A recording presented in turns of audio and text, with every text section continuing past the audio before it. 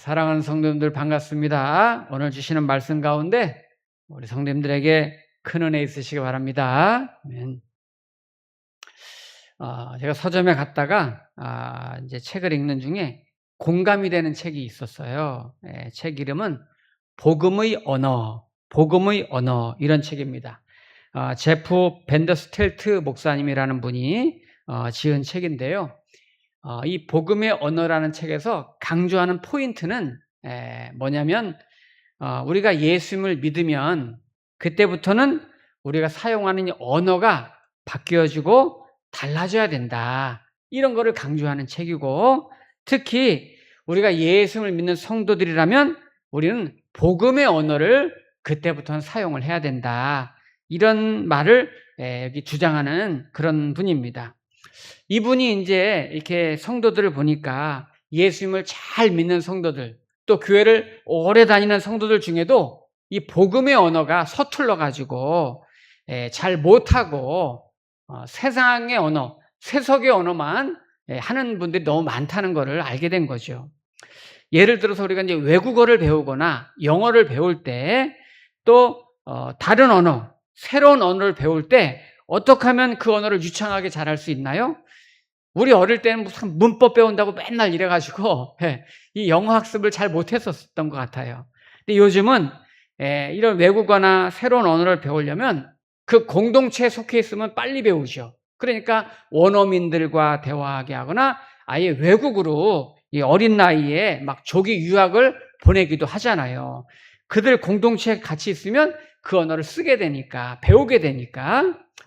이런 의미에서 교회 안에서도 마찬가지인데, 저와 여러분들이 복음의 언어를 잘 배우려면 복음의 공동체 안에, 교회 안에 성도들 중에 항상 있어야 되는데, 우리 성도님들의 실제 삶 속에서 보면 일주일 중에 6일 동안을 이 세상에 나가 살고 사회생활을 하게 되잖아요. 그러니까 직장 생활을 하고 또 이 세상에서 사람들을 만나고 사회 속에 살다가 보니까 세상의 언어를 듣게 되고 세상의 언어를 말하게 되고 그렇게 얘기를 하게 되는 거죠. 거기에 비해서 복음의 언어, 신앙의 언어는 말할 곳이 없어요. 일주일 중에 딱 한 번 주일에 교회에 와서 교회에 오시는데, 교회에 오셔서도 그나마 이 복음의 언어를 유창하게 잘 할 수 있으면 좋은데, 교회 와서도 교회 오래 다니시는 분들도 교회 안에서 나누는 대화를 보면은 복음의 언어가 별로 없어요. 그래서 가끔 이제 모여서 얘기하는 거 이렇게 들어보면, 뭐 애기는 잘 크고 있냐, 뭐 어디 가면 무슨 물건 싸게 판대더라, 또 어디 학원 가면 그 학원이 잘한다더라, 그리고 내가 뭘 뭐 살이 엄청 빠졌다더라, 맨 이런 이야기. 교회에서도 맨 이런 이야기를 주로 하는 거지, 물론 이런 이야기가 나쁘다, 하면 안 된다, 잘못됐다, 그런 건 아닙니다. 뭐 교회 안에서도 그런 얘기 할 수도 있지요. 그러나 우리가 교회에서라도, 성도님들끼리라도, 또 우리 이제 오늘 기관별 예배가 있잖아요. 그럴 때라도 정말 뭔가 믿음의 성도들끼리 만났으면 신앙적인 이야기, 좀 은혜스러운 이야기, 믿음적인 이야기, 복음적인 이야기, 긍정적인 이야기, 이런 걸 통해서 서로가 막 간증을 나누고 은혜를 나누고 뭐 위로도 받고 하나님 말씀에 대해서 막 기도에 대해서 응답을 받은 거, 또 들은 말씀 깨달은 거, 이런 복음적인 언어를 나눠야 된다는 거죠. 그런 의미에서 오늘 사도 바울은 복음의 언어를 통해서 본인이 늘상 그렇게 살았고, 또 그 복음의 언어를 전하는 자로서 우리에게 도전을 주고 있는 내용이 오늘 나옵니다. 네. 자, 오늘 이제 17절 말씀은 신학적으로 이게 굉장히 난제의 말씀이에요, 사실은. 제가 읽어볼게요. 또 나보다 먼저 사도된 자들을 만나려고 예루살렘으로 가지 아니하고 아라비아로 갔다가 다시 다메섹으로 돌아갔노라. 네.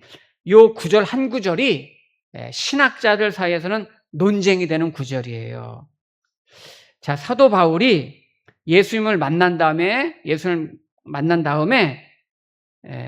가장 먼저 간 곳은 예루살렘으로 가지 아니하고 곧바로 아라비아로 갔다가 다시 다메섹으로 돌아갔노라. 네.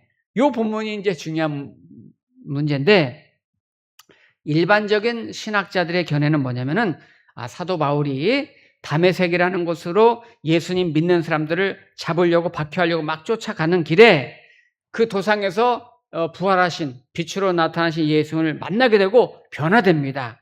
그 후에 시나이 반도, 그러니까 아라비아 광야에 들어가가지고 아무도 없는 곳에서 하나님과 독대하고 기도하면서 이 자신의 이제 신앙을 결단하고 본격적으로 복음 전파를 위해서 3년 동안, 거기 이제 18절에 보면은 그 후 3년 만에 내가 게바를 방문하려고 예루살렘에 올라가서 그와 함께 15일을 머무는 동안, 3년 동안 기도와 말씀으로 수련 기간을 아라비아에서 가졌을 것이다.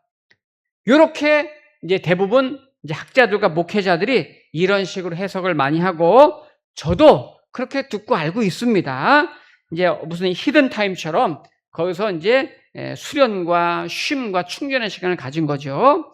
그런데 제가 이제 갈라디아서를 다시 이제 준비하면서 최근 학자들의 어떤 책들을 읽고 이제 이 성경의 주해서들을 보면서 살짝 지금까지처럼 해석을 한다면 성경에 충돌이 조금 있는 거예요. 그래서 그 부분을 우리가 이제 좀 정확하게 오늘 보려고 하는데, 보기 위해서는 불편하시겠지만 사도행전 9장을 한번 찾아가 보겠습니다.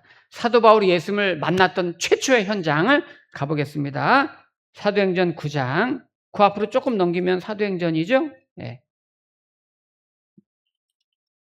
예수님을 맨 처음 만나는 장면을 우리가 이제 가보는 거예요.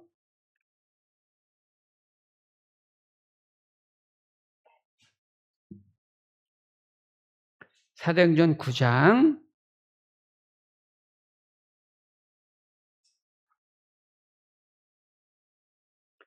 9장 이제 3절에 보면은 사울이 길을 가다가 다메섹에 가까이 이르렀더니 호련히 하늘로부터 빛이 그를 둘러 비추는지라. 예수님이 나타나신 거예요. 그러면서 예수님을 거기서 만나게 되고 뒤집어지죠. 뒤집어진 다음에 18절을 보겠습니다. 사도행전 9장 18절. 즉시 사울의 눈에서 비늘 같은 것이 벗겨져 다시 보게 된지라 일어나 세례를 받고 음식을 먹으며 강건하여 지니라. 사울이 어디로 가요? 다메섹에 있는 제자들과 함께 며칠 있을 때 즉시로, 지금 눈을 뜨자마자 다메섹에 있는 제자들과 함께 며칠 있으면서 즉시로 각 회당에서 예수가 하나님의 아들이심을 전파하니. 여기 즉시로라는 단어가 중요한데, 다메섹이라는 곳에서 즉시로 하나님 예수 그리스도를 전했는데 변화된 후에, 그러면은 요 말씀이 맞다면 조금 전에 아라비아 3년에서 살았다는 말이랑 충돌이 되죠. 여긴 다메섹이라고 그랬잖아요. 자, 계속 볼까요? 22절에 보면은 사울은 힘을 더 얻어 예수를 그리스도라 증언하여 다메섹에 사는 유대인들을 당혹하게 하니라. 다메섹에 계속 있는 거예요. 그리고 23절, 여러 날이 지남에 유대인들이 사울 죽이기를 공모하더니, 지금 다메섹에서 여러 날을 지냈다 그랬죠. 자, 여기 이 여러 날이라는 단어가 헬라어 원문에는 히카노스라고 그래요. 히카노스는 많은 날, 넉넉한 날, 이렇게 번역이 됩니다. 그러면 많은 날, 넉넉한 날의 개념은 이 당시 유대인들의 개념 속에 어느 정도 기간을 보통 많은 날, 넉넉한 날이라고 표현하면 보통 한 3년 정도 이상의 날들을 히카노스라는 단어를 써요. 넉넉한 날, 많은 날. 그러니까 사도 바울은 예수를 만난 다음에 즉시로 복음을 전하기 위해서 다메섹에서 최소한 3년을 지냈다라는 것을 알 수가 있는 거예요. 그렇다면 바울 사도는 아라비아는 그럼 가지 않았던 건가? 아니죠. 아라비아도 갔죠. 자, 이제 오늘 본문으로 다시 돌아오겠습니다. 오늘 본문으로 돌아와서 오늘 본문 1장 17절. 또 나보다 먼저 사도된 자들을 만나려고 예루살렘으로 가지 아니하고 아라비아로 갔다가 다시 다메섹으로 돌아갔노라. 네. 자, 여기 그리고 이제 18절에 그 후 3년 만에 내가 게바를 방문하려고 예루살렘에 올라가서 그와 함께 15일을 머무는 동안, 네. 자, 다메섹에서 그 후 3년 만에, 그러니까 다메섹에서 지금 3년을 머무른 거는 맞는데요. 그럼 왜 사도 바울은 아라비아에서 3년 있었다는 오해를 우리가 이제 하게 되잖아요. 그래서 요 대목은 이제 설명을 드리면 고린도후서 11장에 보면은 32절에 이 사도 바울이 사도행전 9장에서 아까 유대인들에게 복음을 전하려고 가다가 박해를 받는 내용이 나와요. 그래서 이제 피해서 가다가 다시 한번 고린도후서 11장에 보면은 다메섹의 아레다 왕이 사울을 잡으려고 했다는 기록이 나와요. 아레다 왕. 다메섹의 왕 아레다 왕이 나와 이름이.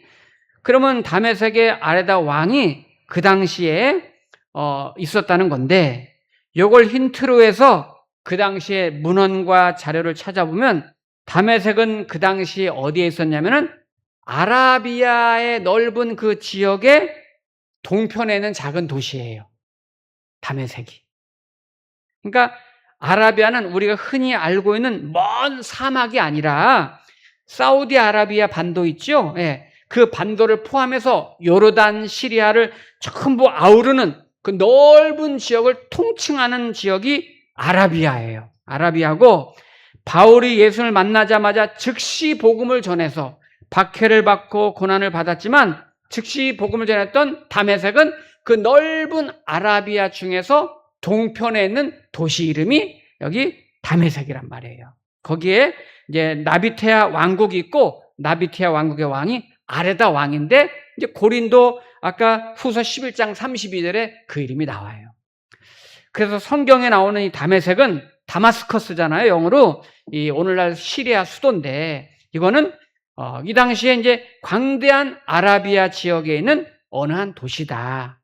마치 여러분 중국 나라가 어마어마하게 크잖아요. 중국 나라 어마어마하게 크지만 거기 뭐 광저우, 뭐 난징, 뭐 텐징, 청두 이런 막 큰 도시들이 있는 것처럼 그러니까 바울은 최소한 아라비아에 속해 있었던 다메섹이라는 도시에서 3년 동안을 복음을 전하며 설교를 하고 선교하고 지냈던 거죠. 물론 아라비아 전체의 중심이 되는 시내산에도 있었을 겁니다. 거기에 가지 않은 건 아니에요. 거기에 갔기 때문에 여기 아라비아로 갔다가 다시 다메섹으로 돌아갔노라. 이 표현이 되는 거죠.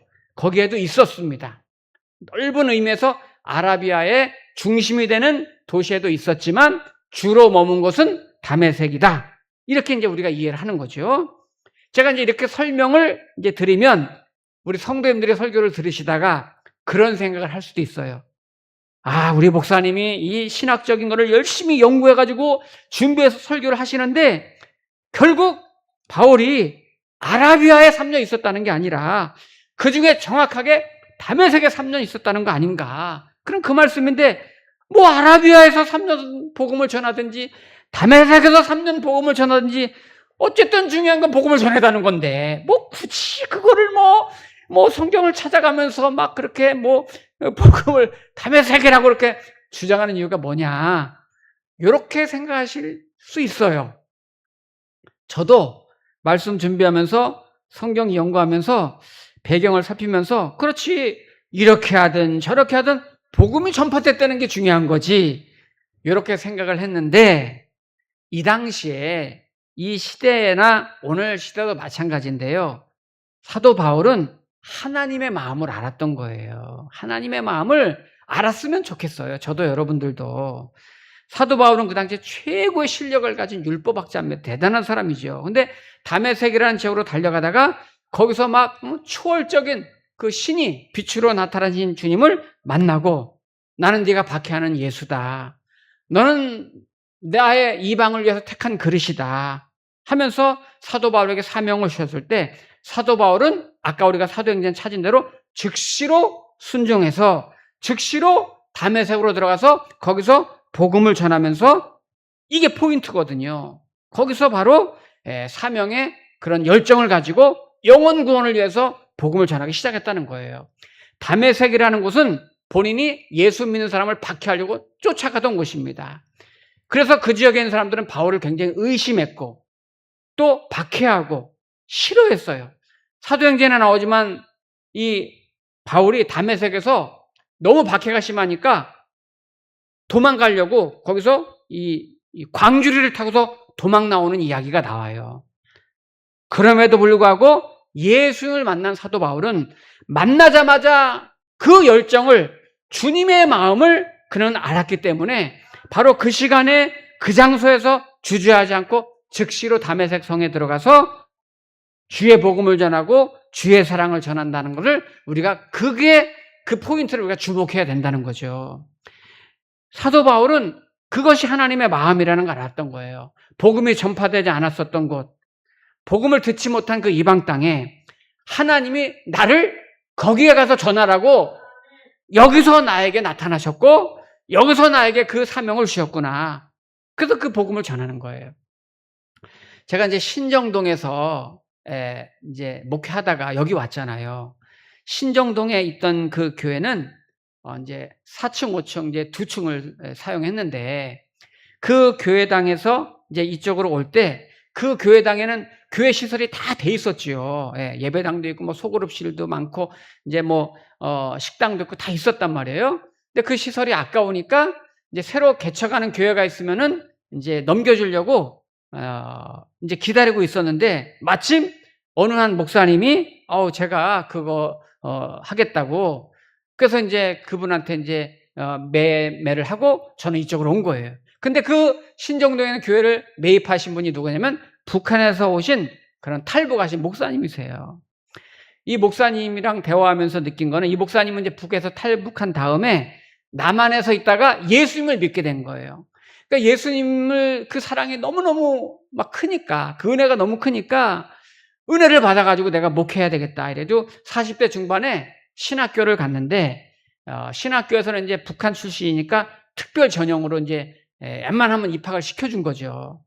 그래가지고 그래서 이제 이분이 이제 전도사를 하고 훈련을 받고 목사 안수를 받고 이제 교회를 이제 기존 교회는 가기 어려우니까 탈북한 목사님이시니까 교회를 개척하려고 하다가 이제 저를 만난 거죠. 근데 그 목사님이랑 대화하는 중에 그분이 이런 말을 하더라고요. 목사님, 제가 남쪽에서 신앙생활 하다가 성경책을 쭉 읽다 보니까 성경에 나오는 하나님이라는 단어, 예수님이라는 단어 있죠? 그 말 대신에 그 자리에다가 김일성이나 김정일 이름 바꿔서 딱 읽으면요. 완전히 주체사상 책이 된다는 거예요. 성경책이. 그리고 반대로 북한에 있는 그 주체사상 거기에다가 김일성, 뭐 김정일 이름 빼고 하나님, 예수님 이름을 거기다 쏙쏙 집어넣으면 완전히 성경책이 된다는 거예요. 그거는. 그래서 성경책을 그렇게 말하면 안 되죠. 그랬더니 하여튼 그 정도로 자기는 이 예수님 만나가지고 영접하고 너무 큰 은혜를 받으니까 성경이 그래서 쏙쏙 들어온대요. 성경 말씀에 쏙쏙 들어오고 완전히 뭐 세뇌가 됐기 때문에 그리고 그 말씀에 이해도 잘 되고 순종도 잘한대. 그래서 그렇구나. 사도 바울이 율법주의자고 완전 유대주의의 최고 선봉자였던 사람이 부활하신 주님을 만난 다음에 체험한 다음에는 완전히 뒤집어져 가지고 그 말씀에 꽂힌 거죠. 그래서 하나님의 그 다급한 마음, 절박한 마음, 시급한 마음을 알기 때문에 내가 즉시로 들어가서 그 복음을 전해야 되겠다. 비록 계속해서 오해도 받고 박해도 받고 시련도 받지만 그래도 내가 이 복음을 전해야 되겠다. 이래가지고 그냥 복음을 전하는 거죠. 그래서 사도행전에 보면 사도 바울의 복음을 전하는 이야기가 쭉 나오잖아요. 유럽, 저 소아시아를 막 돌아다니면서. 그래서 어떤 사람은 사도행전을 바울행전이라고 불러요. 얼마나 사도 바울이 가는 곳마다 박해를 받고 도망치듯이 가지만 그 도망치듯이 가는 곳마다 교회가 세워지고 복음이 전파되고 많은 사람이 하나님 앞으로 돌아오잖아요. 사도 바울이 그렇게 열정과 열심이 있었지만 동시에 그 시대를 향한 그 나라를 향한 하나님의 절박한 마음이 사도 바울을 통해서 막 나타나는 거죠. 우리 성도님들은 그 어릴 때 그 아기들 키우면서 아기들 여러분 자녀들 이렇게 잃어버려 본 적 있으세요? 네, 잃어버려 본 적. 여러분 아기가 잃어버려 보면은 그 엄마의 심정, 아빠의 심정을 여러분 아세요? 네. 밥이 넘어갑니까? 응? 잠이 와요, 잠이? 안 오죠. 응? 지금 내 자식을 잃어버렸는데 아무것도 깜깜한 거예요. 여러분 우리나라의 실종 아이 수가 지난해 2025년도에 25,000명이에요. 25,000명인데 대부분 이틀 안에 99%를 찾는데요. 근데 20년이 넘도록 지금까지 찾지 못하고 있는 아이가 1,100명 정도 된대요. 그러면 20년 동안 이 엄마 아빠들의 마음이 어떻겠어요? 아기를 찾지 못하는, 내 자식을 찾지 못하는 어머니의 심정이 어떻겠어요? 사도 바울은 그거예요. 하나님 아버지. 그래서 우리가 내 자녀들, 우리 가족들, 내 주변의 사람들, 또 저 멀리 지구촌 곳곳 어디라도 아직도 하나님을 알지 못하는 그들에게 내가 복음의 소식을 전해야 되고 구원받지 못해서 죽어가는 그 영혼들을 위해서 하나님의 절박한 마음, 어머니의 애타는 마음, 그런 급박한 마음, 애끓는 마음으로 사도 바울이 달려다니는 거예요. 사도 바울은 주님 만나자마자 그 주님 만났던 그 장소에서 바로 거기서 주님의 마음을 알게 된 거고, 그래서 그 다메섹에서 곳곳마다 주의 복음을 전하게 된 거죠. 내가 만난 예수님, 즉시로 수많은 위험과 그런 박해가 도사리고 있었지만 좌면우고하지 않고 무슨 계산하고 따지고 이런 거 할 것 없고 그저 하나님 부르심에 순종해서 복음 전파하면서 일생을 살다가 가는 거죠. 우리 목동교회 성도님들도 여러분들 처음 예수님 만났을 때 어떠셨어요? 그 첫 마음, 첫사랑을 우리가 회복하고 기억하면서 내가 만난 예수님, 내가 머무는 곳에서 나를 보내신 그곳에 왜 하나님이 나를 보내셨을까? 하나님을 모르는 우리 이웃들에게 예수님을 전하며 그 사랑 전하면서 여러분 주님의 마음으로 힘차게 주의 사랑 전하며 살기를 여러분 축복합니다. 아멘. 기도하시겠습니다.